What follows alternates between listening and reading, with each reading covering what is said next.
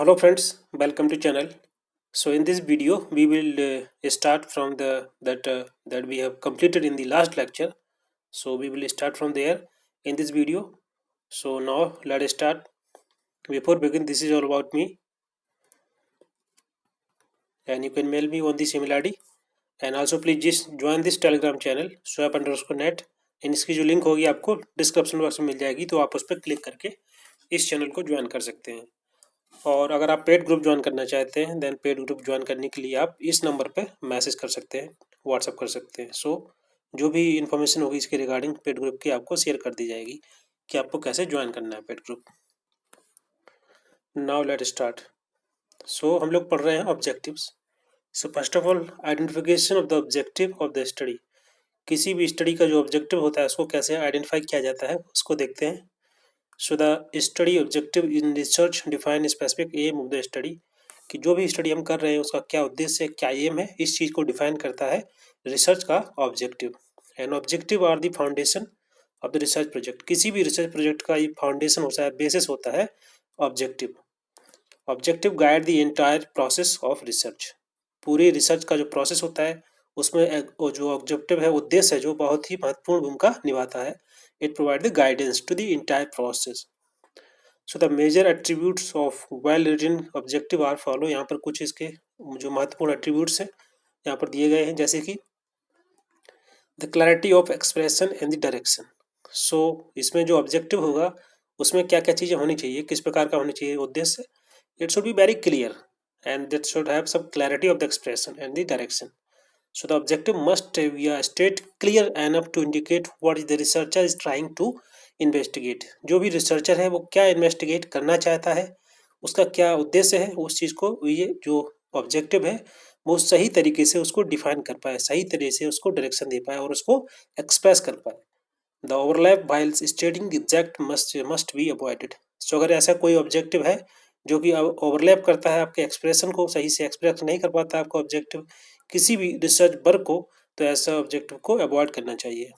And the measurability, that means the objective you have chosen that should be a measure. उसको measure किया जा सकता है, ऐसा होना चाहिए।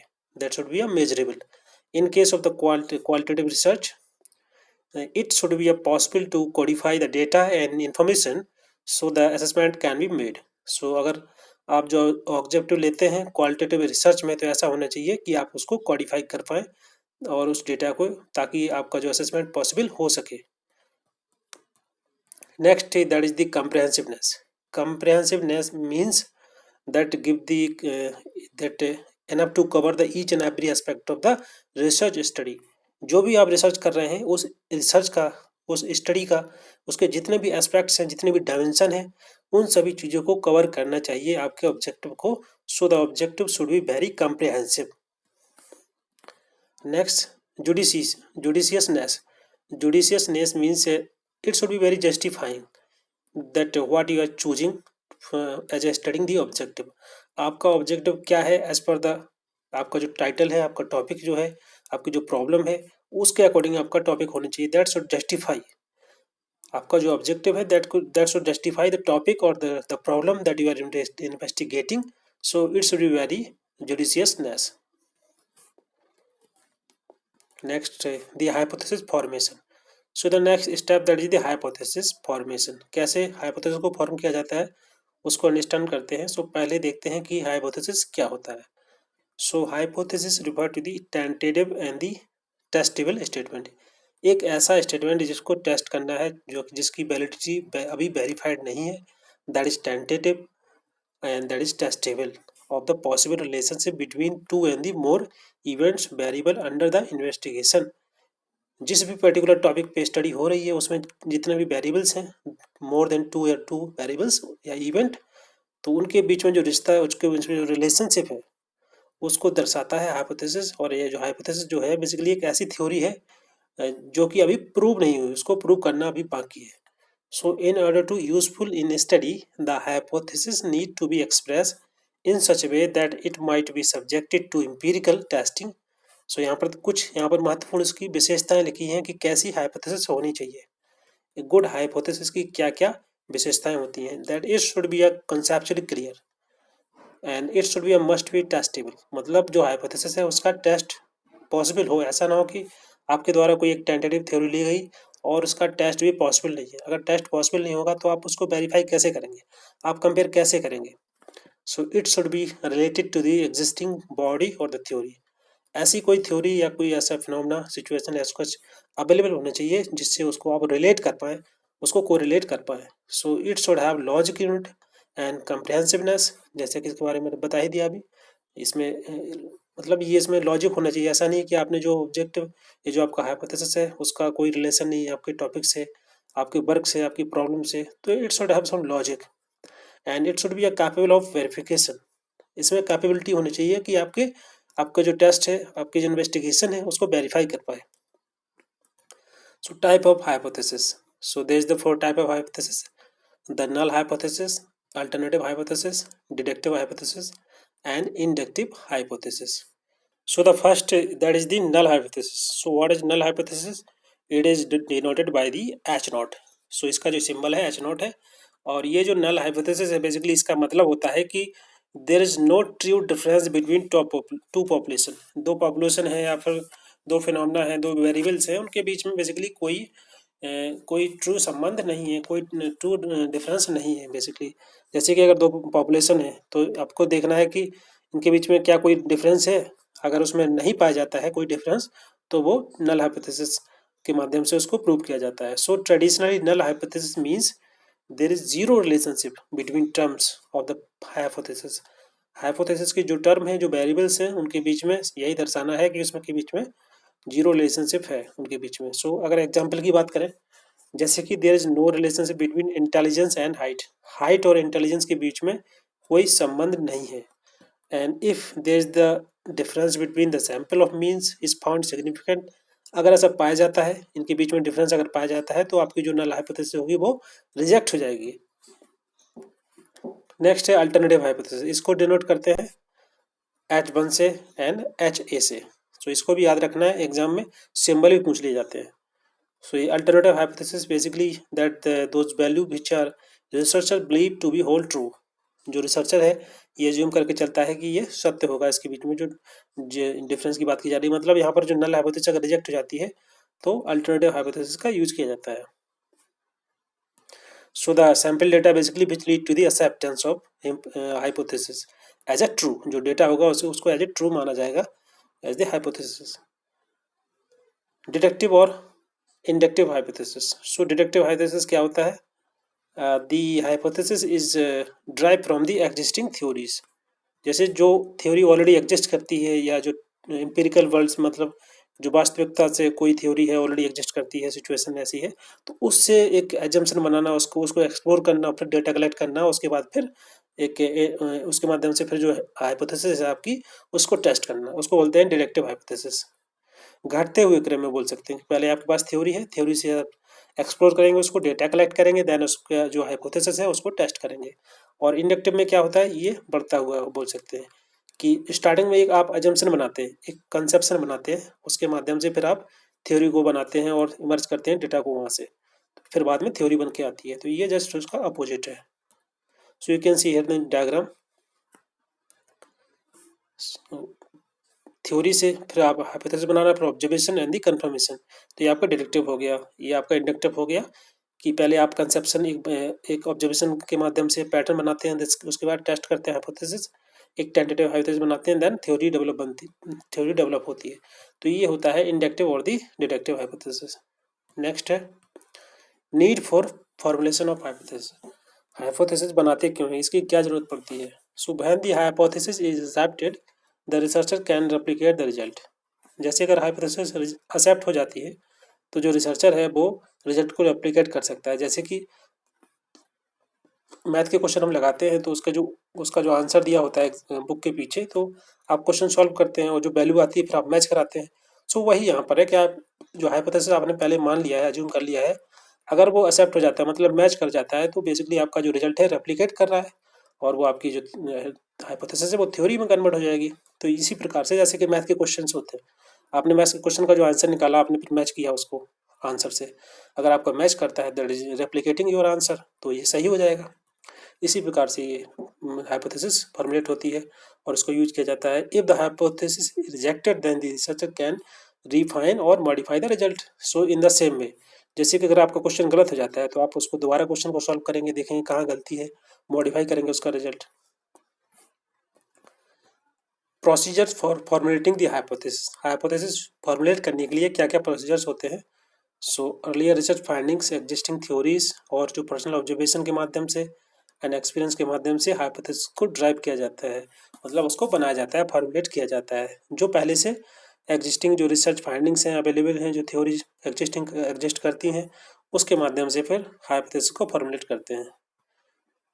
सो a researcher should consider following point while formulating the hypothesis. जब भी रिसर्चर हाइपोथेसिस को फॉर्मुलेट करता है तो उसको कुछ चीज़ों को ध्यान रखना चाहिए, जैसे कि एक्सपेक्टेड रिलेशनशिप और डिफरेंस बिटवीन वेरिएबल्स। जो भी वेरिएबल्स दिए गए हैं उसके बीच में क्या डिफरेंसेस है, क्या रिलेशन है, operational define of variables and the hypothesis should be formulated following the review of the literature.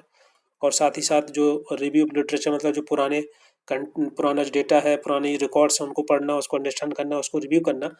And the literature lead to the researcher to expect certain relationship. और जो रिव्यू ऑफ लिटरेचर करेंगे तो उससे क्या होगा कि एक रिसर्चर को थोड़ा उससे संबंध बनाने में, एक रिलेशन बनाने में आसानी होती है। जो एक्सपेक्टेड सर्टेन रिलेशनशिप होते हैं थ्योरीज के बीच में। टेस्टिंग ऑफ, यहाँ पर देख सकते हैं पूरा, यहाँ पर डायग्राम मतलब एक पूरा टेबल बना हुआ है। टेबल के माध्यम से आप इसको अच्छे से समझ पाएंगे कैसे हाइपोथेसिस टेस्टिंग होती है। So the first state the research hypothesis, इसको H1 से डिनोट किया गया है। So if there is the significant difference between the, जैसे यहाँ पर एग्जाम्पल लिया गया है कि जो अंडर ग्रेजुएट स्टूडेंट हैं और जो पोस्ट ग्रेजुएट स्टूडेंट हैं उनकी रीडिंग हैबिट के बारे में। तो यहाँ पर एग्जाम्पल लिया गया है कि there is the significant difference between the undergraduate and the postgraduate student with regard to their reading habit. उनकी जो रीडिंग हैबिट है पोस्ट ग्रेजुएट स्टूडेंट की और अंडर ग्रेजुएट स्टूडेंट की, उसमें सिग्निफिकेंट डिफरेंस है, ये मान के चला गया है। यहाँ पर देख सकते हैं ये स्टेट है रिसर्च हाइपोथेसिस। उसके बाद एक नल हाइपोथेसिस को बनाया गया है और टेस्ट करने के लिए कि बेसिकली ये जो डिफरेंस है कि नहीं है। तो पहले मान लिया गया है there is no significant difference between the undergraduate and the postgraduate student with regard of their reading habit. ये फॉर्मुलेट की गई नल हाइपोथेसिस। ओके, अब इसको प्रूव करेंगे। अगर इसमें डिफरेंस आ जाता है देन आपका जो स्टेटमेंट जो पहला था, जो स्टेट हाइपोथेसिस थी, उसको एक्सेप्ट कर लिया जाएगा। सो देखते हैं क्या होता है इसमें। सबसे पहले स्टैटिकल टेस्ट यूज करते हैं, क्योंकि जैसे आपके पास दो वेरिएबल्स हैं यहाँ पर, पोस्ट ग्रेजुएट और अंडर ग्रेजुएट स्टूडेंट हैं, तो इन वेरिएबल के इनको आपको पहले इसकी जो डिफरेंट टेस्ट के माध्यम से आपको डेटा को निकालना होगा, रिलेशन स्थापित करना होगा, वैल्यू निकालेंगे, फिर उसको चेक करेंगे। सो यहाँ पर हम टेस्ट लेते हैं, कोई भी एक स्टैटिकल टेस्ट यूज कर लेते हैं। फॉर एग्जाम्पल यहाँ पर काई स्क्वायर टेस्ट लेते हैं for testing the relationship between the variables. Okay, now specify the significance level. यहाँ पर हम सिग्निफिकेंस लेवल को स्पेसिफाई करेंगे कि कहाँ तक वैल्यू को सही माना जाए, उसको एक्सेप्ट कर लिया जाए। So we suppose that we would like to test our hypothesis at the level of 0.5 level of significance. तो यहाँ तक की वैल्यू जो होगी इसके, उसको एक्सेप्ट कर लिया जाएगा, मतलब आपका नल हाइपोथेसिस वो अप्रूव मतलब एक्सेप्ट हो सकता है अगर उसके बीच में डिफरेंस नहीं आया। Next, compute the statical test. Statical test के माध्यम से डेटा कलेक्ट किया जाएगा। उसके बाद फिर जो डेटा है आपका, जैसे जो भी फॉर एग्जांपल आपका सिंस दी कैलकुलेटेड वैल्यू का स्क्वायर मोर देन दी, अगर का स्क्वायर की वैल्यू जो जो वैल्यू आती है का स्क्वायर के माध्यम से निकाल के, अगर वो value that is critical value से ज़्यादा है या कम है, तो आपका जो नल हाइपोथेसिस है वो रिजेक्ट हो जाएगी और under the level of significance. So अगर ये जो नल हाइपोथेसिस वो रिजेक्ट हो जाती है देन उसके माध्यम से आप एक कंक्लूजन निकाल सकते हैं, रिजेक्टेड और accepted. Then be accept the research hypothesis because the null hypothesis has been rejected. Hence, we can infer that there is the significance difference between the undergraduate postgraduate student with regard of their reading habit. So हम ये बोल सकते हैं कि जो reading habits अगर बात करें अंडर ग्रेजुएट स्टूडेंट की और पोस्ट ग्रेजुएट स्टूडेंट के, तो उनके बीच में काफ़ी डिफरेंस, सिग्निफिकेंट डिफरेंस है, बिकॉज हमारा जो नल हाइपोथेसिस है वो रिजेक्ट हो गया है। सो ये बेसिकली तरीका होता है एक हाइपोथेसिस टेस्ट करने का, कैसे हाइपोथेसिस टेस्ट की जाती है।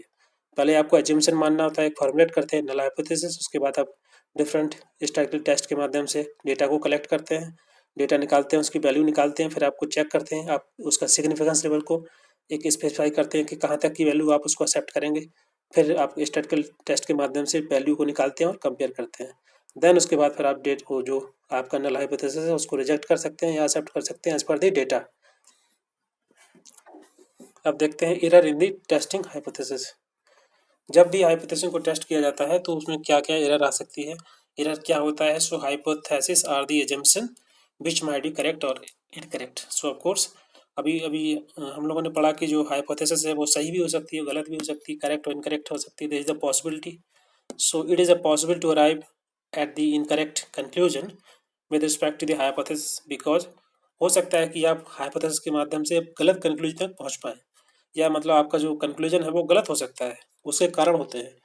मे बी आपका जो प्रोसीजर है, जो प्रोसेस आप फॉलो कर रहे हैं सैम्पलिंग डेटा कलेक्शन का, वो भी फॉल्टी हो, या फिर इनकरेक्ट डेटा कलेक्ट किया हो, या उसका जो मेथड है वो गलत हो, या फिर जो स्टडी डिजाइन जो कि सिलेक्टेड है वो फॉल्टी हो, या फिर इन अप्रोप्रिएट स्टैटिकल मेथड्स का आपके द्वारा यूज किया गया हो। Otherwise conclusion draw are incorrect, या फिर आपका जो कंक्लूजन है वही आपने गलत निकाला हो, इसी वजह से आपका जो है हाइपोथेसिस है वो इनकरेक्ट हो सकता है। सो बेसिकली यहाँ पर दो प्रकार के एरर होते हैं। अगर हम बात करें एग्जिस्टिंग जो हाइपोथेसिस टेस्टिंग होती है उसमें एक type one error, type two. So type one error क्या कहलाता है कि rejecting of null hypothesis when it is true. जब आपका नल हाइपोथेसिस ट्रू हो रहा हो और आप उसको रिजेक्ट कर दें तो उसको बोलते हैं टाइप वन एरर। और अगर आपका नल हाइपोथेसिस फॉल्स है और अगर आप उसको एक्सेप्ट कर लेते हैं उसको बोलते हैं टाइप टू एरर। ये मोस्ट इंपॉर्टेंट है एग्जाम में, इससे पूछा ही पूछा जाना है पेपर वन में या पेपर टू में। तो आप इसको अच्छे से याद कर लीजिएगा और इसको डिटेल में बताया जाएगा। नेक्स्ट नेक्स्ट जो चैप्टर होगा उसमें प्रॉपर तरीके से डायग्राम बना के इसको एक्सप्लेन करेंगे कि टाइप वन एरर कैसे होता है, टाइप टू एरर कैसे होता है। नेक्स्ट है रिसर्च डिजाइन। सो रिसर्च डिजाइन क्या होता है? Research design basically is a planning of strategy for conducting research. किसी भी रिसर्च को कंडक्ट करने के लिए एक स्ट्रेटजी प्लान करना ही रिसर्च डिजाइन कहलाता है। सो research design is the detail plan of how the goal of the research will be achieve. किस प्रकार से रिसर्च का जो गोल है, जो उद्देश्य है, उसको अचीव किया जाएगा। जैसे किसी रिसर्च के माध्यम से कोई प्रॉब्लम सॉल्व करना है, किसी इन्वेस्टिगेशन करना है, तो उसका जो गोल है, जो उद्देश्य है, उसको कैसे अचीव करना है, ये पूरा डिटेल दिया जाता है रिसर्च डिजाइन में। So it constitute the blueprint of the collection, measurement and the analysis of data. So basically इसमें क्या क्या होता है? ये बेसिकली ब्लूप्रिंट होता है। जैसे आप एक बिल्डिंग बनाते हैं तो उसका पहले आप स्ट्रक्चर बनाते हैं, एक प्रॉपर आप मैप बनाते हैं और एक ब्लूप्रिंट तैयार करते हैं, उसके माध्यम से ही बिल्डिंग बनती है। उसी प्रकार से जब आप रिसर्च करते हैं तो आप रिसर्च डिजाइन बनाते हैं, एक है जो ब्लूप्रिंट, कि कैसे आपको डेटा कलेक्ट करना है, कैसे आपको मेजरमेंट करना है और कैसे आप डेटा एनालाइज करेंगे। सो ये सभी की सभी चीज़ कहलाती है research design. So the three important function of research, it provide the blueprint of research या डिजाइन है research design, and it limit the boundary of research activity. क्या क्या एक्टिविटी आपको करना है वो ऑलरेडी आपकी पहले से मेंशन होती हैं, तो आप उसी तरीके से स्टडी करेंगे। इसके आपकी जो बाउंड्री है फिक्स हो जाएंगी, आप उसके अंदर ही स्टडी करेंगे, आपका टाइम एंड मनी, आपके रिसोर्सेज सेव हो जाएंगे। So it enable the investigations to anticipate potential problem. और इसके माध्यम से आपका जो इन्वेस्टिगेशन होगा जो सही होगा और इससे ज़्यादा से ज़्यादा जो प्रॉब्लम आपकी है उसको ठीक करने में मदद मिलेगी, आपका जो इन्वेस्टिगेशन है वो पूरा हो जाएगा। Steps involving the research design, क्या क्या स्टेप जो इन्वॉल्व होते हैं रिसर्च डिजाइन में। जैसे फर्स्ट है stating the problem.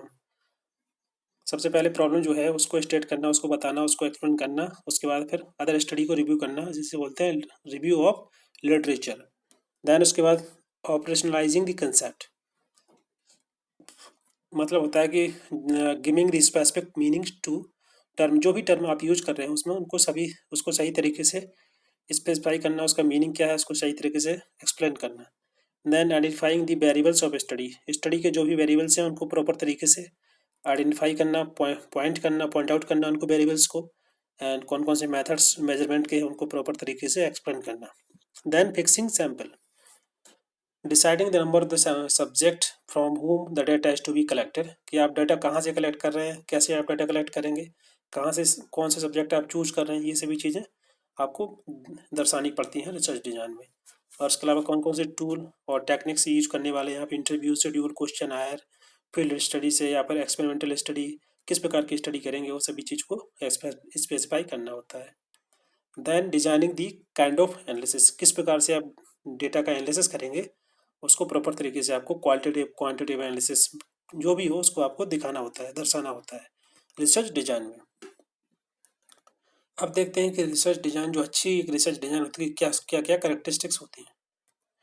So it should be very flexible and suitable, applicable, and that should be a reasonable and also researchful. So ये सभी के सभी इसकी कुछ विशेषताएं हैं से गुड रिसर्च डिजाइन बनती है. So the research design appropriate for the particular research problem usually involve the consideration of the following factors. ये इसके फैक्टर होने चाहिए that their means of the obtaining information आपको and the availability and the skills of researcher and his her staff.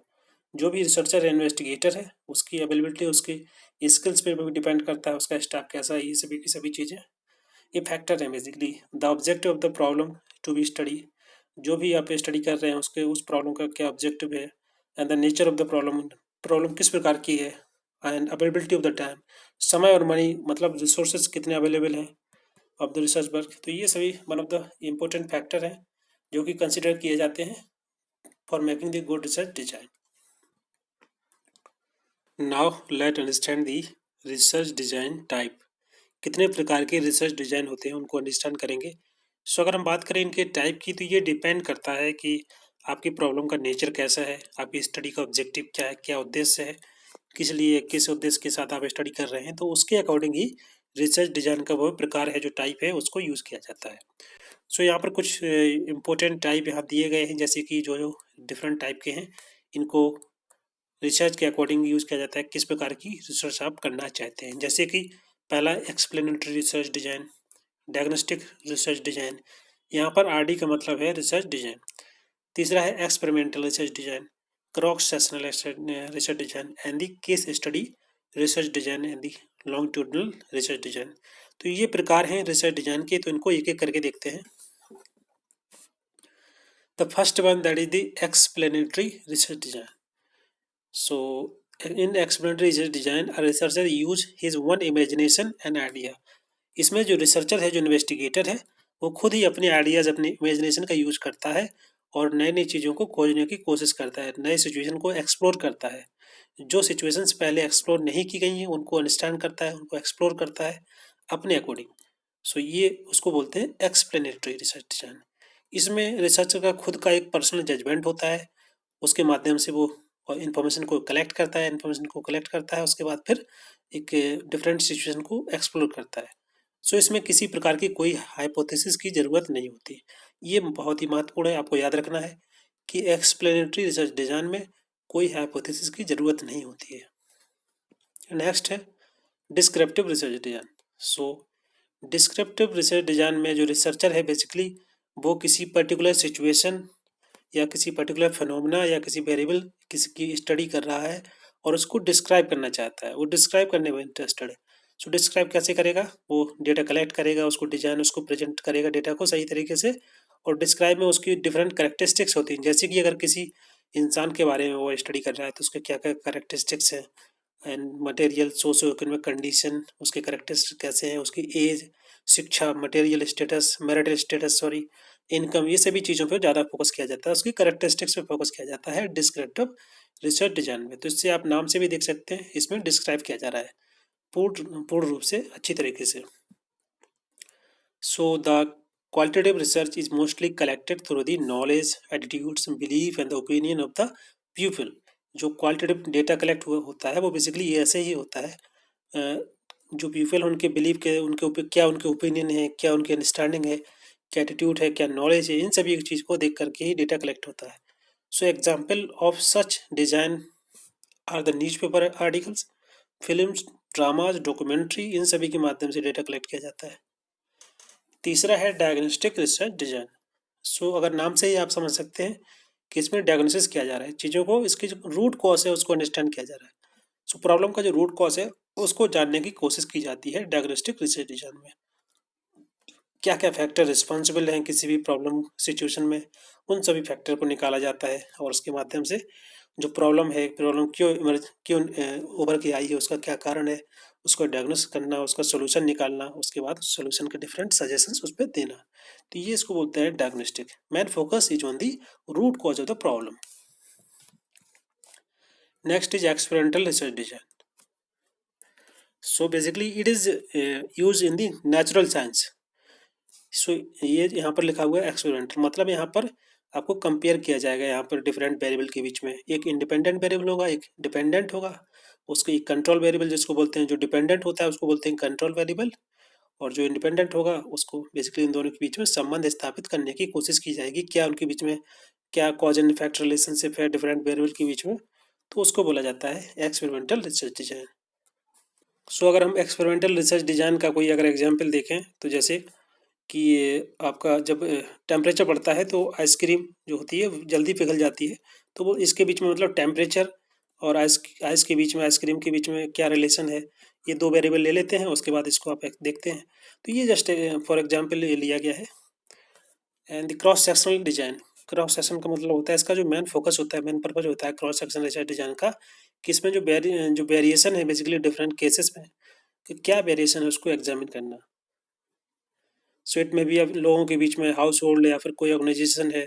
So basically usually in terms of range of variables of interest to researcher, जो variables हैं जो जिनकी वजह से variation आ रहा है के डिफरेंट केसेस में, तो उनको फाइंड आउट करना, उनको एग्जामिन करना, ये क्रॉस सेक्शन कहलाता है। उसको क्रॉस सेक्शन चेक करना। अगर आप इसका नॉर्मली इसका अगर आप मतलब निकालें तो भी आप इजीली अंडरस्टैंड कर पाएंगे कि वेरिएशन कहाँ पर है, उसको एग्जामिन करना। So it aimed to make the quantitative measure on the topic of interest from the relatively large number of the cases and at a single point of time. Next है longitudinal design. Longitudinal का मतलब होता है ये develop to measure changes in the attitude और behaviour by comparing data from the study conducted at two point in a time. मतलब एक समय पर दो जगह अगर जो स्टडी की गई है, दो जगह से डेटा कलेक्ट किया गया है, उनको कंपेयर कराना, उनके उनके उनके एटीट्यूड, उनके बिहेवियर में क्या बदलाव आ रहा है। जैसे कि एक ही टाइम पर दो जगह स्टडी की गई, वहाँ से डेटा कलेक्ट किया गया, अब उन दोनों के बीच में कंपेयर करना है, उसको ही बोलते हैं, उसके माध्यम से मेजर करना कि बेसिकली बदलाव क्या है, तो उसको बोलेंगे लॉन्गिट्यूडनल डिजाइन। नेक्स्ट है case study design. So case study basically it has the qualitative orientation which involve intensive detail and the in depth understanding knowledge. मतलब इन केस स्टडी का मतलब होता है किसी पर्टिकुलर इंसान के बारे में, किसी फिनोमेना, किसी ग्रुप, किसी समुदाय के बारे में, किसी सिचुएशन के बारे में इन डेप्थ स्टडी, बहुत गहराई से स्टडी करना ही उसको कहते हैं केस स्टडी। आई होप आपको समझ में आ गया होगा। So next sample design. So sample design क्या होता है? Sample design basically is the definite plan for obtaining the sample from the given population. For example आप किसी विलेज में जाते हैं, तो विलेज एक वहाँ पर पॉपुलेशन होगी, वहाँ पर लोग रहते होंगे, तो आप कितना वहाँ से कितने लोगों से बोल सकते हैं सैंपल कलेक्ट करेंगे, तो उसको उसके आधार पर आप सैंपल डिजाइन करते हैं। तो sample design is definite plan for obtaining sample from the given population. जो भी आपके पास पॉपुलेशन है, जो नंबर ऑफ द आपके पास रेस्पोंडेंट है, उनसे डेटा कलेक्ट करना, तो उसका एक पैटर्न होता है, उसका एक प्लान होता है। So it refer to the technique और procedure adopted by the researcher in selecting item from the samples. Different जो भी आपके पास रेस्पोंडेंट है, उनसे कैसे आप डेटा कलेक्ट करेंगे, सो ये टेक्निक है, ये प्रोसीजर है जो कि अडोप्ट किया जाता है रिसर्चर के द्वारा। सो मतलब यहाँ पर देखो सैंपल लिखा हुआ है, मतलब सैंपल आप कलेक्ट कर रहे हैं। डिजाइन मतलब ये कौन सा तरीका, कौन सी टेक्निक है, कौन सा प्रोसेस है जो आप यूज करेंगे सैंपल को कलेक्ट करने के लिए। सो सैंपल डिजाइन में भी well lay down the number of the item to be included in the sample, like size of the samples, कितने सैंपल हैं टोटल। फीचर क्या क्या होने चाहिए गुड एक अच्छे सैंपल डिजाइन के? It should yield the true representation sample and it should have very small sample। इसमें एरर जो है कम होनी चाहिए सैम्पलिंग में। And it must be liable with respect to the fund और available for carrying out the research. Research को carry out करने के लिए अगर हम फंड के रिस्पेक्ट में बात करें तो दैट शुड बी लायबल। ऐसा नहीं है कि आपके पास फंड कम है और आप डेटा कलेक्ट करने जा रहे हैं, आपकी जो सैम्पलिंग डिजाइन इस प्रकार की है कि आपके फंड के अनुसार आप डेटा पूरा कलेक्ट कर ही नहीं पाए, आपके पास जो रिसोर्सेस हैं उतने रिसोर्स में आप पूरा जो डेटा है आप सैम्पल जो कलेक्ट नहीं कर पा रहे हैं। तो सैम्पलिंग डिजाइन इस प्रकार की होनी चाहिए कि आप चीज़ों को कोऑर्डिनेट कर पाएँ। So it should be such that the systematic bias can be control in better way. और जो सिस्टमैटिक बायसनेस हो जाती है डेटा कलेक्ट करने में, उसको मिनिमाइज किया जाए, उसको कंट्रोल किया जाए। ऐसी एक डिजाइन बनानी चाहिए सैम्पलिंग की। And sample should be such that the result of the sample study can be applied to other study well. और ऐसी जो आपके जो सैम्पल कलेक्शन है और जो डिज़ाइन है इस प्रकार की होनी चाहिए कि आपके जो सैम्पल कलेक्टेड हुए हैं, स्टडी की गई है, तो उसको आप और कहीं स्टडी में भी उसका यूज हो सके। तो ये कुछ फीचर हैं गुड सैम्पल डिजाइन के। अब देखते हैं सैंपल बायसनेस क्या होता है, सैंपल एरर क्या है। So sample bias it result from the error in the sampling process. Sampling procedure में अगर किसी प्रकार की एरर होती है तभी सैंपल बायसनेस आती है। And it can't be reduce, और इसको आप रिड्यूस या एलिमिनेट नहीं कर सकते। अगर आप सैंपल साइज को बढ़ा भी दें तब भी नहीं होगा। And the cause responsible for the error. So देखते हैं क्या इसमें द क्या क्या इसके कॉज होते हैं, क्या क्या कॉज रिस्पॉन्सिबल है। जैसे कि इनअप्रोप्रिएट सैम्पलिंग, अगर सही आप सैम्पलिंग का यूज नहीं करेंगे सही तरीके से तो इसमें सैम्पलिंग एरर आती है, सैम्पलिंग बायसनेस आ जाती है। एंड मेजरिंग डिवाइस जो है वो डिफेक्टेड अगर है तो, या फिर नॉन रिस्पॉन्डेंट, जो रिस्पॉन्डेंट हैं जो आपके जो जिसके माध्यम से आप डेटा कलेक्ट कर रहे हैं, अगर वो सही तरीके से प्रॉपर चीज़ों को एक्सप्लेन नहीं करते हैं, सही तरह से रिस्पॉन्ड नहीं कर रहे हैं, तो भी आपका सैंपल एरर आएगा, सैंपल बायसनेस आएगी। And the natural biasness of respondent, as we are all human, जो हम लोग सोचते हैं जब भी तो हमेशा ही कुछ ना कुछ थोड़ा बहुत बायस रहते हैं किसी चीज़ों को लेकर के, और कभी कभी ज़्यादा भावुक हो जाते हैं किसी चीज़ को एक्सप्लेन करते समय, तो उसमें बायसनेस आ जाती है, तो ये नेचुरली है। नेक्स्ट है सैम्पलिंग एरर। सो सैम्पलिंग एरर क्या है? सैम्पलिंग एरर का मतलब होता है कि जो सैंपल वैल्यू है उसमें डेविएशन आना, उसमें थोड़ा बहुत बदलाव आना है versus two the true population. जो आपका जो स्टैंडर्ड वैल्यू है उससे अगर कंपेयर करेंगे सैंपल वैल्यू को, तो उसमें जो डेविएशन आ रहा है उसको ही सैम्पलिंग एरर बोलते हैं।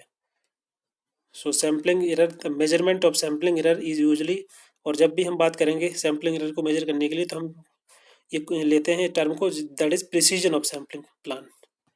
And sampling error decrease with increase, अगर सैंपल साइज को हम बढ़ाएंगे तो सैंपल जो एरर है वो कम हो जाएगी। जैसे कि आप अगर नंबर ऑफ द पॉपुलेशन 10 है, इसमें से आप सैम्पलिंग यूज करके इससे आप डेटा कलेक्ट करेंगे, तो आप उसमें जो एरर होगी अगर उसको आप 100 कर देते हैं तो एरर वो कम हो जाएगी, उसकी जो मात्रा है कम हो जाएगी। अब देखते हैं डेटा कलेक्शन। डेटा कलेक्शन किस प्रकार से होता है, कितने मेथड हैं, और different data types of the data and method are collect sorry different types of the method and data collection tool are employed in collection the data. Data को collect करने के लिए बहुत प्रकार के मेथड्स का यूज करते हैं। डेटा कलेक्शन एनालिसिस टूल का यूज करते हैं, इसके माध्यम से डेटा कलेक्ट किया जाता है, जैसे कि प्राइमरी और सेकेंडरी डेटा। सो अगर प्राइमरी डेटा की बात करें तो ये फर्स्ट हैंड इन्फॉर्मेशन होती है, बोल सकते हैं इसका नेचर है वो ओरिजिनल है, और ये डायरेक्टली कलेक्टेड, ये रिलेटेड है to the issue and the problem and the current data, और you can say the first hand information. आप डायरेक्ट जा करके इंटरव्यू करके ग्रुप डिस्कशन करके बातचीत करके डेटा कलेक्ट करते हैं। Primary data can be collected researchers through the various method like interview, survey, questionnaires. और सेकेंडरी डेटा की बात करें, secondary data is the data that collected by the third party और other than the group involve in the research. जैसे कि research में जो person involve है उसके या और किसी के द्वारा डेटा जो कलेक्ट किया जाएगा वो सेकेंडरी डेटा कहलाएगा। या फिर जो चीज़ ऑलरेडी अवेलेबल है, रिटन डॉक्यूमेंट्स हैं या फिर इलेक्ट्रॉनिक मीडिया, उसके माध्यम से ये जो डेटा कलेक्ट होता है उसको ही रिसर्च ये सेकेंडरी डेटा बोलते हैं। यहाँ से आप इस पिक्चर से देख सकते हैं, प्राइमरी डेटा इज लाइक, ये बेसिकली आप इंटरव्यू के माध्यम से मैन मेड मटेरियल्स जो सर्वे अर्वे के माध्यम से कलेक्ट करते हैं। सेकेंडरी डेटा जो अनपब्लिश थीसिस हैं, डिजर्टेशन है, मैन्युस्क्रिप्ट बुक्स हैं, जर्नल्स हैं, न्यूज पेपर है, और ये सभी रिकॉर्ड्स जो हैं अवेलेबल है उनके माध्यम से करेंगे तो उसको सेकेंडरी डेटा बोलते हैं। सेंसस के माध्यम से सेंसस डेटा होता है उसको लेंगे तो वो सेकेंडरी डेटा में आता है। अब देखते हैं methods and tool of data collection. Data collection करने के कौन कौन से टूल हैं, कौन कौन से मेथड जो यूज होते हैं उनको अंडरस्टैंड करेंगे। So basically there are the 3 primary method for data collection. Data collection करने के बेसिकली 3 प्राइमरी मेथड हैं, observation, interview and questionnaire. So इन तीनों को देखते हैं एक एक करके। पहला है ऑब्जर्वेशन। ऑब्जर्वेशन क्या होता है कि on the basis of his knowledge, skill and experience, जो रिसर्चर है उसका खुद का नॉलेज, उसका क्या एक्सपीरियंस है, कितना नॉलेज है, उसके आधार पर रिसर्चर डेटा कलेक्ट करता है without contacting to the respondent. जैसे जिससे आपको डेटा कलेक्ट करना है उससे आप बात ना करेंगे, उससे उससे मतलब कांटेक्ट नहीं करेंगे, दूर से ही ऑब्जर्व करके डेटा कलेक्ट करेंगे। फॉर एग्जांपल किसी जगह पर मेला लगा हुआ है, वहाँ पर किसी कोई एक्टिविटी हो रही है, कोई आपका वहाँ पर कोई प्ले हो रहा है, तो वहाँ पर आप जा करके दूर से ही ऑब्जर्व करेंगे, वहाँ के प्ले में जितने भी एक्टर हैं जो भी हैं उनको ऑब्जर्व करके उनको अंडरस्टैंड करेंगे, तो उसको बोलते हैं ऑब्जर्वेशन। नेक्स्ट है interview. Interview, in this method the interview personally meet the informant, जो भी रिस्पॉन्डेंट है, जो इन्फॉर्मेंट है जिसके माध्यम से आप डेटा कलेक्ट करने वाले हैं उससे आप डायरेक्टली मिलते हैं, 1-to-1 इंटरेक्शन के माध्यम से जो इंटरव्यूअर है वो मिलता है, और उसके माध्यम से जो नेसेसरी क्वेश्चंस हैं जो सब्जेक्ट के रिगार्डिंग, क्वेरी के रिगार्डिंग पूछे जाते हैं। A set of question are जो होता है that is carry out by him, जो रिसर्चर है उसके द्वारा। एक क्वेश्चन आर होता है, इसमें अकॉर्डिंग क्वेश्चन लिखे होते हैं और क्वेश्चन को पूछा जाता है। So interviewer sufficiently collect the data from the information by cross examine them, उनको क्रॉस एग्जामिन करता जाता है और उसके माध्यम से डेटा कलेक्ट करेगा। So this method enable researcher to collect data from the illiterate people, जो अनपढ़ लोग होते हैं उनके उनसे भी डेटा कलेक्ट किया जा सकता है इंटरव्यू के माध्यम से। Now next that is questionnaire. Questionnaire क्या है? एक शब्दावली, प्रश्नावली बोलते हैं इसको। इसमें विशेष रूप से जो क्वेश्चन होते हैं वो पहले से सेट होते हैं, यानी पर्टिकुलर सब्जेक्ट के बारे में इंफॉर्मेशन कलेक्ट करने के लिए क्वेश्चनर को यूज किया जाता है। तो इसको list of question that are answer by many, बहुत सारे लोगों के द्वारा क्वेश्चन के जो आंसर हैं दिए जा सकते हैं। और the questionnaire is a set of question, series of question asked to the individuals to obtain statically useful information about a given topic. किसी पर्टिकुलर टॉपिक के बारे में इंफॉर्मेशन कलेक्ट करने के लिए एक सिस्टमेटिकल तरीके से ये जो क्वेश्चनर है, सेट ऑफ क्वेश्चन इसमें होते हैं, उनको भेजा जाता है और उनसे रेस्पोंडेंट से डेटा कलेक्ट किया जाता है। So inappropriate question, incorrect ordering of question, incorrect scaling और bad questionnaire format can make the survey valueless. अगर क्वेश्चनर को सही तरीके से सेट नहीं किया जाए, उसका करेक्ट ऑर्डर नहीं, उसमें ऑर्डर नहीं है, या फिर इनकरेक्ट स्केलिंग की गई है, गलत तरीके से क्वेश्चनर का फॉर्मेट बना दिया गया है, तो उससे क्या है, आपका सर्वे है वो वैल्यूलेस हो जाएगा। हो सकता है कि जो रेस्पोंडेंट है सही तरीके से उसको रिस्पॉन्ड ना करें और उसका आपका जो क्वेश्चन है उसको हो सकता है भर के ना दें आपको वापस। A good questionnaire survey that 4 basis purpose. एक अच्छे क्वेश्चनर जो सर्व करता है basically 4 basic purpose. A appropriate data collect करने के लिए, make data comparable and amenable to the analysis करने के लिए, and minimise the biasness in formulating the asking question, question ask करने में और फॉर्मुलेट करने में बायसनेस कम होती है अगर सही से क्वेश्चनर बनाया जाए। और साथ ही साथ जो make the questions engaged and valid, और अगर सही तरीके से क्वेश्चन फॉर्म किए गए हैं तो जो रिस्पोंडेंट है वो इंगेज रहेगा क्वेश्चन से और सही तरीके से उसका जवाब देगा। प्रोसेसिंग डेटा, डेटा का प्रोसेसिंग किस प्रकार से होता है उसको देखते हैं। सो processing of data is basically very essential dimension of streamlining the fact. जो भी डेटा, जो भी इंफॉर्मेशन कलेक्ट की गई है, फैक्ट कलेक्ट किए गए हैं, सो उसको उसमें रिसर्च रिपोर्ट बनाने के लिए और डेटा को स्ट्रीमलाइन करने के लिए डेटा का प्रोसेसिंग किया जाता है। सो प्रोसेसिंग बेसिकली यहाँ पर देख सकते हैं 2 प्रकार से होता है। एक जो प्राइमरी डेटा का प्रोसेसिंग होगा, उसके बाद उसका प्रेजेंटेशन होता है। So you can see in this picture the processing of primary data. Primary data का कैसे प्रोसेसिंग होता है, आप उसको एडिट करेंगे, कोडिंग करना होती है उसकी, फिर उसको प्रॉपर तरीके से ऑर्गेनाइज करना, डेटा को क्लासिफाइड करना टेबुलेशन के माध्यम से, सॉरी इसको क्लासिफिकेशन करना उसको। उसके बाद फिर आता है आपके डेटा को प्रेजेंट करना। प्रेजेंट कैसे होगा? टेबुलेशन प्रेजेंटेशन के माध्यम से, डिफरेंट डायग्राम बना करके, स्टैटिकल रिप्रेजेंटेशन के माध्यम से, या फिर कार्डियोग्राफिक प्रेजेंटेशन के माध्यम से, या फिर डायग्राम बना करके। ये तरीके होते हैं मतलब डेटा को प्रेजेंट करने के लिए, प्रोसेस करने के लिए ये तरीके हैं। एडिट करना, कोडिंग करना, ऑर्गेनाइज करना डेटा को, उसको पढ़ते हैं करके सभी को। सो यहाँ से देख सकते हैं फर्स्ट एडिटिंग दी डेटा। डेटा एडिटिंग मतलब पहले तो आप रिव्यू करेंगे, जो भी आपका कलेक्टेड है जो डेटा है उसको आप रिव्यू करेंगे, सही तरीके से एडिट करेंगे, और जो भी डेटा आप कलेक्ट किया है इंटरव्यू के माध्यम से। उसके बाद ये होता है फील्ड एडिटिंग। उसके बाद होती है पोस्ट फील्ड एडिटिंग, मतलब एक बार डेटा कलेक्ट हो गया, कंपाइलेशन कंप्लीट हो गई है, तो उसको फिर आप रिव्यू करेंगे, उसको दोबारा आप इंटरव्यू करेंगे, अंडरस्टैंड करेंगे उसको। कोडिंग ऑफ डेटा, अब एक बार डेटा कलेक्ट हो जाने के बाद, एडिट करने के बाद डेटा को कोडिंग करनी पड़ती है ताकि उसको सही तरीके से उसको ऑर्गेनाइज किया जा सके डेटा को। जो भी इसमें alphabet, it involve the assigning the alphabetical और the numerical symbol to the answer which are mutually exclusive to each other.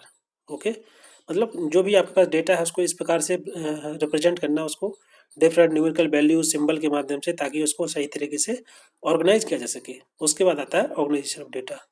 Ascending order में, डिसेंडिंग ऑर्डर में, उसको बोलते हैं एरे ऑफ डेटा। अगर एग्जाम में पूछा जाता है कि एरे ऑफ डेटा क्या कहलाता है, सो डेटा को अरेंज करना असेंडिंग और डिसेंडिंग ऑर्डर में ही, उसको बोलते हैं एरे ऑफ डेटा। देन उसके बाद classification of data. So classification मतलब होता है कि उसमें जो भी करेक्टरिस्टिक्स हैं उनको प्रॉपर तरीके से क्लासिफाइड कर दो, जैसे कि on the basis of gender, caste, sex, इन सभी के आधार पर उनको प्रॉपर तरीके से क्लासिफाइड कर देना, डिस्क्राइब कर देना on the basis of time, situation, area, ये सभी के सभी कैरेक्टरिस्टिक्स होती हैं, उसके माध्यम से उसको क्लासिफाइड किया जाता है। प्रेजेंटेशन ऑफ डेटा, जैसे मैंने बता दिया, टैबुलेशन करना स्टैटिस्टिकल यानी कार्टोग्राफी के माध्यम से, ग्राफ, चार्ट, डायग्राम्स, मैप, इन सभी के माध्यम से ये प्रेजेंटेशन होता है डेटा का। एनालिसिस ऑफ डेटा, ये सभी आपको मैंने अभी बता ही दिया। अब देखते हैं रिसर्च रिपोर्ट कैसे लिखते हैं, क्या क्या तरीके हैं, कौन कौन से स्टेप्स इन्वॉल्व होते हैं, उसको देखते हैं। सो research study be reported follow certain standard pattern style form, different type के फॉर्मेट जो होते हैं, स्टैंडर्ड फॉर्मेट, एक स्टैंडर्ड स्टाइल होती है, उसको फॉलो करना होता है रिपोर्ट लिखते टाइम पे, ताकि सही एक अच्छी स्टैंडर्ड फॉर्म ऑफ रिपोर्ट बन के आए। उसको प्रॉपर तरीके से साइटेशन करना, रेफरेंस यूज करना, अपेंडिसेस जो यूज होता है लास्ट में उसको यूज करना, पैराफ्रेजिंग देना, ये सभी के सभी बहुत ही महत्वपूर्ण होते हैं किसी भी रिपोर्ट को बनाने के लिए, सही तरीके से प्रेजेंट करने के लिए। सो देखते हैं कैसे आप डेटा को प्रेजेंट करेंगे, रिपोर्ट को कैसे प्रेजेंट करेंगे। इसमें बेसिकली 3 डिवीजन होते हैं, बिगिनिंग, मैन, बॉडी और एंड। ये बहुत ही महत्वपूर्ण है, एग्जाम में पूछा जाता है, एग्जाम में छोड़िए, आप पीएचडी का इंटरव्यू देंगे तो उसमें भी पूछा जाता है, और आपके जो कॉलेज की अगर आप मास्टर्स कर रहे हैं तो उसमें आपका जो वाइवा होगा उसमें पूछ लिया जाता है। सो इसको अच्छे से पढ़िए। बिगिनिंग में क्या क्या होता है, आपके जो आपका रिसर्च प्रेजेंटेशन है, जो राइटिंग है, उसमें सबसे पहले कवर टाइटल पेज होगा। देन उसके बाद आप प्रीफेस एक्नॉलेजमेंट करेंगे। एक्नॉलेजमेंट किसको किया जाता है, आपके जो हेड ऑफ द डिपार्टमेंट है, जो भी है, उनको प्रॉपर तरीके से इन सभी को। And the preface should include, preface में क्या क्या होता है, प्रीफेस में मतलब आपकी जो पूरी स्टडी है, आपकी स्टडी क्यों की, किसी पर्टिकुलर टॉपिक पे स्टडी क्यों की है आपने, उसको आप उसको एक्सप्लेन करेंगे, उसकी हिस्ट्री, उसका स्कोप, मैथोलॉजी, ये सभी चीज़ें। उसका table of content, table of content का मतलब है कि जितने भी आपने इसमें आपका जो कंटेंट है, जो डेटा है, पेज नंबर वाइज लिखा होता है कि ये आपका ये पर्टिकुलर टॉपिक इस पेज नंबर पे है, ये सेक्शन इस पेज नंबर पे है। लिस्ट ऑफ टेबल मतलब आपने जितने भी टेबल टेबल यूज की गई हैं पेज में, वो सभी पेज इसमें लिखे होते हैं प्रॉपर तरीके से। आप देखा होगा आपने, अगर आपके पास अगर कोई सैंपल है आप देख सकते हैं, list of table. And grocery, grocery is the short dictionary, basically आपने कौन कौन से टेक्निकल टर्म यूज किए हैं, टर्मिनोलॉजी बोल सकते हैं उसको, कौन कौन से फ्रेजेज यूज किए हैं उसमें, शॉर्ट टर्म अगर शॉर्ट फॉर्म यूज किया है तो उसका फुल फॉर्म क्या है, तो वो ग्रोसरी में आ जाएगा, या बोल सकते हैं टर्मिनोलॉजी। अब जो मेन बॉडी आती है वो महत्वपूर्ण है। मेन बॉडी में सबसे पहले इंट्रोडक्शन पार्ट आएगा आपका, जो फर्स्ट चैप्टर होगा आपका रिसर्च रिपोर्ट का। उसके बाद आप रिव्यू ऑफ लिटरेचर, जितने भी आपने स्टडी की है, जितने भी कहीं से कोई थीसिस स्टडी की है या फिर कोई आर्टिकल स्टडी किया है, तो उसको आपको मेंशन करना होता है कि आपने किस स्टडी की है। सो रिव्यू ऑफ लिटरेचर आएगा। फिर आएगा डिजाइन ऑफ रिसर्च, जैसे कि मैंने बताया आपको कि आपको रिसर्च मेथोलॉजी को डिस्क्राइब करना होगा, कौन कौन वेरिएबल हैं, क्या सैम्पलिंग यूज करेंगे आप, कौन कौन से टूल टेक्निक यूज करेंगे। ये बहुत ही इंपॉर्टेंट पार्ट होता है किसी भी रिसर्च स्टडी का। उसके बाद आप डेटा को कैसे एनालाइज किया आपने, कैसा इंटरप्रेट किया उसको, मेन फाइंडिंग्स क्या है आपका, कंक्लूजन क्या है, तो ये आपका मेन बॉडी में जाएगा। नेक्स्ट है आपका एंड में आपका that include the references and the appendices which is founded at the end of the research report. Research report के सबसे लास्ट में आएगा रेफरेंसेस कि एंड दी अपेंडिसेस, मतलब आपने अगर कोई स्टडी की है तो कहाँ कहाँ से रेफरेंस लिया है, कोई चीज़ अगर आपने इसमें मेंशन की है तो उसको कोट करना होता है। ठीक है, तो वो सभी चीज़ें आती है। अपेंडिसेस में आपके फोटोग्राफ्स, ये सभी चीज़ें जो स्टडी में यूज की गई है, आपके इंटरव्यू, क्वेश्चन आयर, शेड्यूल, सर्वे, सभी चीज़ें ये आ जाएंगी आपकी इसमें एंड में। रेफरेंसेस में आर्टिकल्स, पेपर, बुक्स, मोनोग्राफ्स, वो जो कि आपने यूज किए हैं, जिस पे स्टडी की है आपने, उन सभी को। नेक्स्ट है रेफरेंस स्टाइल।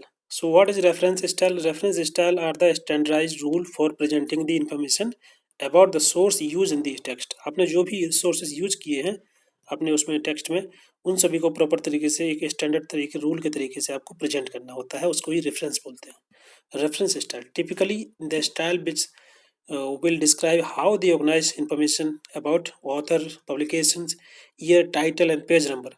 जो भी आपने डेटा जहाँ से आपने उसको सोर्स लिया गया है, तो उसका ऑथर कौन है, पब्लिकेशन की ईयर क्या है, पेज नंबर क्या है, ये सभी चीज़ें आपको मेंशन करनी होती है। तो वो एक स्टैंडर्ड जो रूल होता है उसको देखेंगे। सो जो मोस्ट कॉमन जो साइटेशन स्टाइल है, जो कि 3 है, MLA, APA and the Chicago. MLA style जो है यूज होती है ह्यूमैनिटी सब्जेक्ट में, and APA style in the psychology and the education, and Chicago style for the bibliography in history and notes, all these सो इनके जो example है यहाँ से देख सकते हैं आप। यहाँ पर APA स्टाइल है, MLA style most important, and Chicago manual of style ये है। यहाँ पर आप देख सकते हैं पहले नाम, ऑथर का नाम, ईयर और जो भी वर्क है उस जो भी, उसके बाद आपका पेज नंबर लास्ट में जो भी होता है उसको ऐसे दर्शाते हैं। इसमें ईयर पहले, सॉरी इसमें जो डेट है पहले आती है और MLA स्टाइल में इसको बाद में लिखते हैं, जनरल या जो भी कंटेंट उसके बाद में। सो इसमें थोड़ा बहुत अंतर है। सो इसको आप याद करने का तरीका यही होता है याद करने से, कि बेसिकली इसमें देखो APA में क्या है, ये पहले है, तो ये पहले है तो मतलब आपकी डेट पहले आएगी, ये जस्ट याद करने के लिए। इसमें एम बाद में आता है, इससे बाद में आता है, तो आपका डेट बाद में आएगा, तो ऐसे याद कर सकते हैं। आप देखते हैं रेफरिंग वेब बेस्ड डॉक्यूमेंट, जो भी वेब बेस्ड डॉक्यूमेंट होते हैं। यहाँ तो मैंने बात की, यहाँ पर हम लोगों ने जो हार्ड कॉपी है, जैसे फॉर एग्जाम्पल बुक्स है, या आपने कहीं से बुक कुछ पढ़ा हुआ है, तो वो कैसे आप उसको इसमें मेंशन करेंगे। अगर बात करें यहाँ पर, जो आप अगर इंटरनेट के माध्यम से डेटा कलेक्ट करते हैं, तो उसको कैसे आप रेफर करेंगे, कैसे साइट करेंगे। So citation of the specific document, जो आप वेबसाइट से खोजते हैं, तो उसका ही फॉर्मेट होता है, जैसे कि यहाँ दिया गया है। The wave information is given in the end of the reference section, the date of the retrieval of the, देखो इसमें जो डेट होती है वो उसको भी मेंशन करना पड़ता है, क्योंकि जो क्या होता है कि इंटरनेट पे तो जो कंटेंट है वो तो मॉडिफाई हो सकता है ना समय के अनुसार। सो इसलिए उसको जिस डेट पे आपने लिया हुआ है डेटा, उसको उसी डेट भी मेंशन करनी पड़ती है। सो यहाँ पे देख सकते हैं जैसे कि ये है ऑनलाइन, इसमें HTTP जो भी है इसका लिंक है वो मेंशन है। उसके बाद इस पर जो जिस डेट पे आपने एक्सेस किया है उसको डेट को भी मेंशन करना पड़ता है इसमें। सो ये है आपका ऑनलाइन वेब बेस्ड जो रेफरिंग स्टाइल है। नेक्स्ट है अपेंडिसेस। अपेंडिसेस में जो भी रॉ मटेरियल होता है, रॉ डेटा होता है, जैसे कैलकुलेशंस, फोटोग्राफ्स वगैरह, स्टैटिकल एनालिसिस कैसे किया, रॉ डेटा सभी के सभी, उन सभी को इसमें अटैच कर दिया जाता है, उसको बोलते हैं अपेंडिसेस। सो इसमें बहुत सारे आप लगा सकते हैं, अपेंडिसेस 1 2 3 जितने भी आपको यूज करना है। अपेंडिसेस A to, अगर आप कैपिटल लेटर भी यूज करना चाहते हैं सीरीज में, तो अपेंडिसेस A B, ऐसे इसी प्रकार के डेटा कलेक्ट, ये जो भी एक्स्ट्रा जो डेटा होता है बोल सकते हैं रॉ डेटा है, या फिर आपकी जो टूल टेक्निक्स यूज किया आपने उसके कौन कौन से, उन सभी को, कैलकुलेशंस को, फोटोग्राफ्स को, चार्ट वगैरह है, सभी सभी चीज़ों को इसमें रखा जाता है।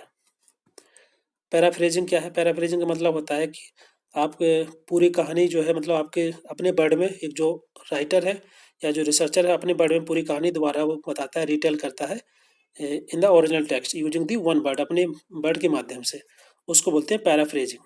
आई होप समझ में आ गया होगा।